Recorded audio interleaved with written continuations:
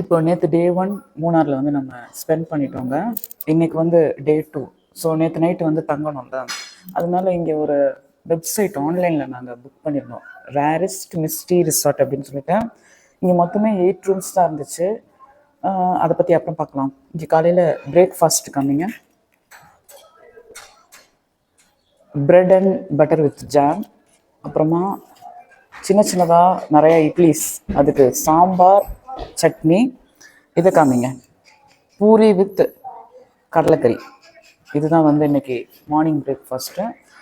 Morning breakfast மொத்தம் 3 items தான். சின்ன ஏதோ கீழே இருக்குது, ஒன்று போய் கேட்க வேண்டியதாக இருக்குது, கொடுங்க கொடுங்க அப்படின்னு. காலி ஐட்டம் அவங்களே வந்து ரீஃபில்லே பண்ண மாட்டுறாங்க. மற்றபடி இந்த ரூம் வந்து நல்லா இருந்துச்சு. இங்கே தங்கி இருக்க கெஸ்ட்டே வந்துட்டு இட்லி காலி அடிச்சு கொடுங்க, சட்னி காலி அடிச்சு கொடுங்கன்னு கேட்டால் தான் அவங்க கொடுக்குறாங்க. ஸோ அந்த மாதிரி இருக்கக்கூடாதுல்ல, அவங்களே கொண்டு வந்து கொட்டிட்டு கவனிக்கணும்.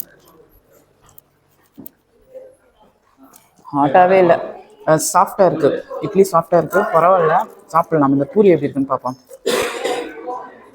கடலெல்லாம் வெந்து போச்சா?